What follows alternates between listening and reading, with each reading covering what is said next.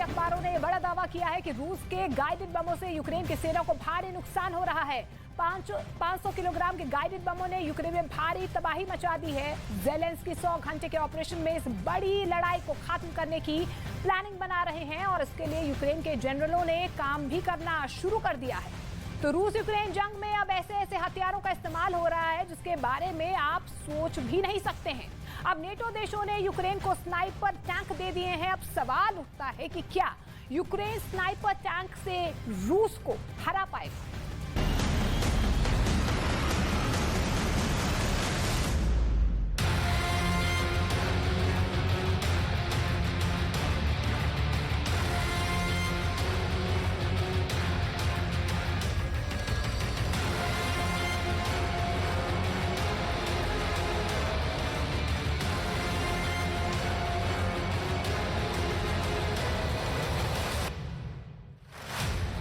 चार 420 दिन से ज्यादा की जंग के बाद अब यूक्रेन किस दम पर दावा कर रहा है कि वो रूस को अगले 30 दिन में पूरी तरह से हरा देगा।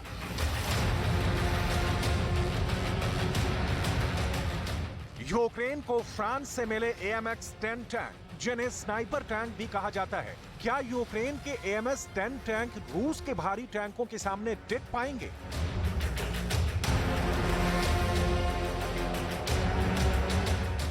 यूक्रेन को जब से लंबी दूरी का patriot air defence missile system मिला है, तब से नाटो क्यों दावा करने लगा है कि अब रूस के आत्मघाती ड्रोन और मिसाइलें यूक्रेन को तबाह नहीं कर पाएंगी?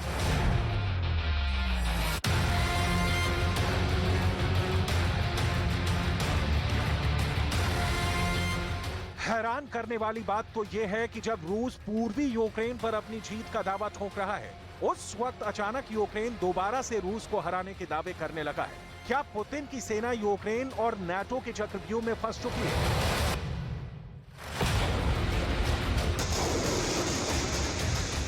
आखिर रूसी सेना ने पुतिन के खेरसॉन और लोहांस्क में दौरा करने के बाद अचानक ये दावा क्यों कर दिया है कि पूर्वी यूक्रेन का किला कहे जाने वाले बखमूत के 90% इलाके पर रूस का कब्जा हो चुका है? क्या यूक्रेन जानबूझकर बखमूत की हार को छिपाने की कोशिश कर रहा है?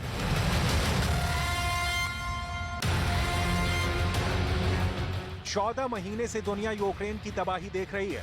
भले ही यूक्रेन, अमेरिका, ब्रिटेन दावा करें कि जंग में रूस के 20 लाख सैनिक मारे जा चुके हैं, लेकिन सच्चाई यही है कि यूक्रेन को रूस पूरी तरह से रौंद रहा है।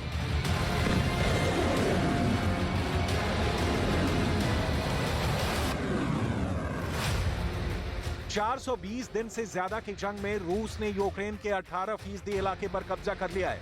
यानी इस वक्त यूक्रेन में रूस की सेना 1,10,000 वर्ग किलोमीटर से ज्यादा के इलाके पर कब्जा कर चुकी है। जंग में मरते और हाँफते यूक्रेन को अब तक 50 लाख करोड़ रुपए से ज्यादा का नुकसान हो चुका है, लेकिन अभी तक यूक्रेन को नाटो के 40 देशों के हथियार जंग में जीत नहीं दिला पाए। राष्ट्रपति ज़ेलेंस्की का साफ कहना है कि यूक्रेन को सही वक्त पर घातक हथियार नहीं मिले हैं, जिसकी वजह से यूक्रेन के सैनिक हर दिन बड़ी संख्या में मारे जा रहे हैं। रूस का दावा है कि यूक्रेन के टैंक और बख्तरबंद लड़ाकू वाहनों को मिलाकर वो अब तक 8,711 टैंक और बख्तरबंद वाहनों को तबाह और बर्बाद कर चुका है। वॉर जोन से आ रही रिपोर्ट्स के मुताबिक रूस ने भयानक नुकसान झेलने के बावजूद जमीन पर कब्जा जमा रखा है। यही वजह है कि अब नाटो देशों ने यूक्रेन को ऐसे घातक हथियार दिए हैं जो रूस के खिलाफ यूक्रेन का ब्रह्मास्त्र साबित हो सकते हैं। अब रूस के खिलाफ फ्रांस ने यूक्रेन को अपना सबसे एडवांस और घातक लाइट टैंक AMX-10 RC दिया है,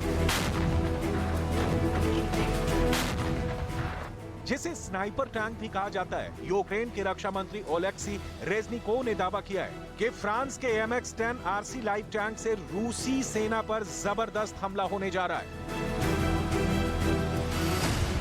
यूक्रेन के रक्षा मंत्री ने ऐलान किया है कि फ्रांस से यूक्रेन को बख्तरबंद लड़ाकू वाहन या कहें कि लाइट टैंक AMX-10 RC मिल चुके हैं। यूक्रेन के रक्षा मंत्री का दावा है फ्रांस के AMX-10 से रूस को बुरी तरह से हरा देंगे। यूक्रेन ने AMX-10 को फास्ट व्हील्स पर स्नाइपर राइफल का नाम दिया है, यानी बख्तरबंद की खूबियों वाला ऐसा लाइट टैंक जो पहियों पर दौड़ता है और स्नाइपर राइफल की तरह अचूक वार करता है।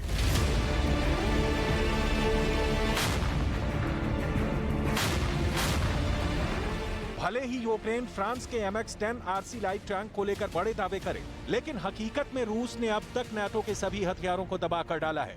80 से 85 किलोमीटर मार करने वाली अमेरिकी हिमार्स मिसाइल सिस्टम भी रूस के तूफानी हमलों के सामने टिक नहीं पाई है।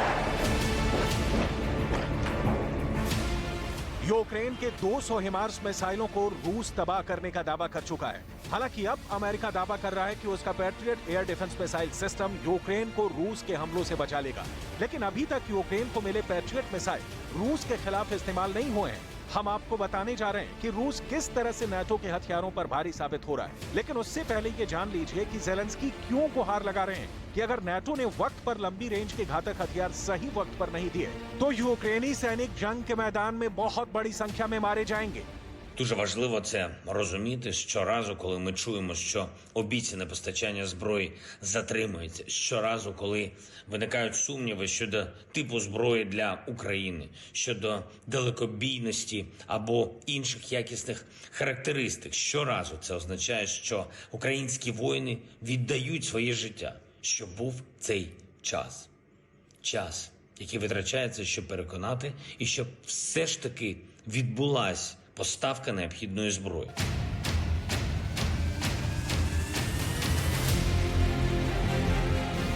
ज़ेलेंस्की का खौफ साफ समझ में आता है, क्योंकि रूस ने पूर्वी यूक्रेन के बहुत बड़े इलाके पर कब्जा कर लिया है। पुतिन भी खेरसोन और लोहांस के दौरे के दौरान अपने जनरलों से बारीक जानकारी हासिल कर रहे थे। पुतिन के तेवरों को देखकर साफ लग रहा था कि वो अपने जनरलों को सख्त आदेश दे रहे हैं कि किसी भी कीमत पर 23 मई 2023 तक पूरे पूर्वी यूक्रेन पर कब्जा करो।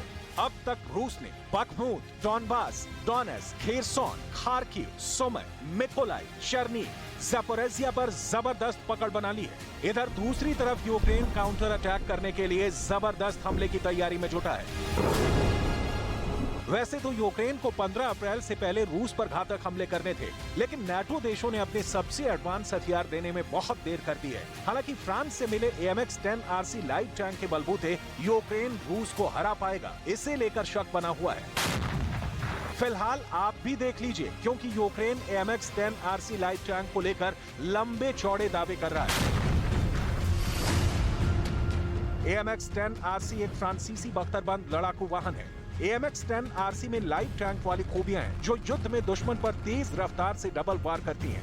AMX-10 RC में RC का मतलब होता है पहिए वाली बंदूक।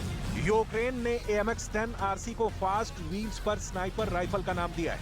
AMX-10 RC में 7.62 मिलीमीटर की मशीन गन होती है जो तूफानी रफ्तार से फायर करती है।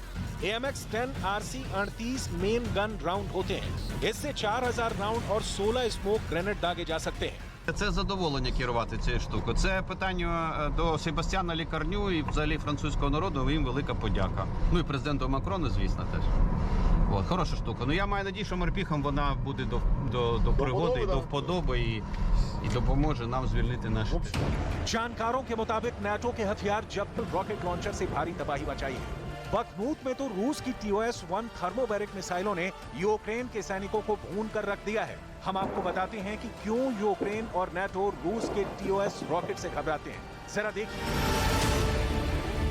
यूक्रेन के खिलाफ रूस बेहद घातक TOS-1 या TOS-1A रॉकेट का इस्तेमाल कर रहा है। इसे बुराटिनो भी कहा जाता है। रूसी भाषा में TOS रॉकेट का मतलब तेज आग की लपटें फेंकने वाला होता है। TOS-1 बुराटिनो एक फ्यूल एयर एक्सप्लोसिव से हमला करने वाला रॉकेट लॉन्चर है। रूसी दावों के मुताबिक थर्मोबैरिक रॉकेट लॉन्चर यानी TOS दुश्मन सैनिकों के आंतरिक अंग फेफड़ों को फाड़ सकते हैं, इसलिए इन्हें बेहद क्रूर रॉकेट माना जाता है। इसे रूस का सबसे घातक गैर परमाणु हथियार माना जाता है। इस वक्त बखमूत में TOS-1 या TOS-1A रॉकेट से भयानक हमले हो रहे हैं, जिसका सामना यूक्रेन नहीं कर पा रहा है। दावे के मुताबिक रूसी TOS-1A थर्मोबैरिक MLRS ने मध्य बखमूत में भयानक हमला किया है, जिसमें सैकड़ों यूक्रेनी सैनिक मारे गए।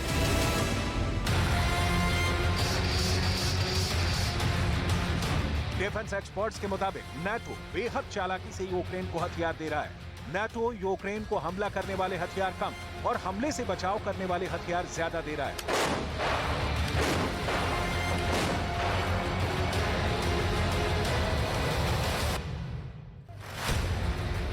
America patriot air defence missile system भी हमला करने वाली नहीं, बल्कि हमले से बचाव करने वाली मिसाइल है। फ्रांस का AMX-10 RC की फायर पावर तो जबरदस्त है, लेकिन जब रूसी टैंकों से इसका मुकाबला होगा तो इसके भी चीथड़े उड़ जाएंगे।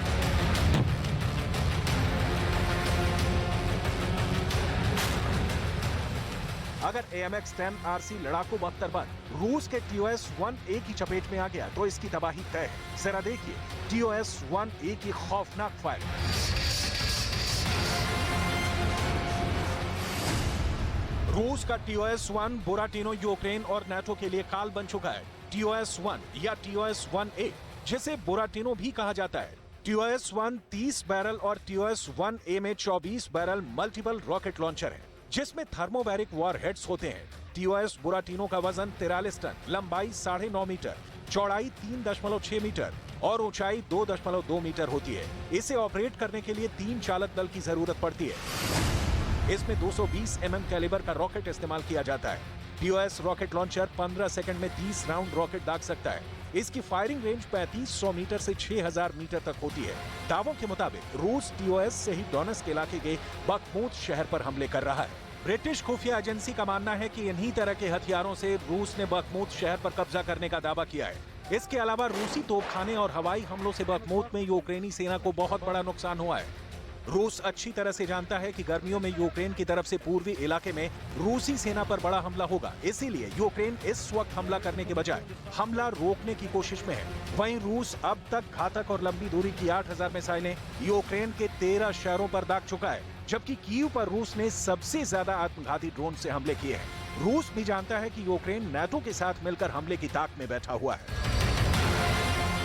Они готовятся к наступательным различным операциям, это тоже всем известно. Наш генеральный штаб это просчитывает и готовит свои решения. एक अनुमान के मुताबिक नाटो और पश्चिमी देशों के 300 टॉप जनरल भी अकेले पुतिन का सामना नहीं कर पा रहे हैं। ब्रिटेन के रक्षा मंत्रालय ने साफ कहा है कि मार्च तक यूक्रेन जंग में रूस पिछड़ रहा था, लेकिन हकीकत में रूस ने जमीन पर यूक्रेन की सेना को हर इलाके में पछाड़ कर रख दिया है। डिफेंस से जुड़े जानकारों के मुताबिक रूस पूर्वी और दक्षिणी यूक्रेन में 3000 टैंकों से हमले कर रहा है, जबकि 2000 से ज्यादा छोटी और बड़ी तोपों से यूक्रेन के 10 शहरों को निशाना बना रहा है।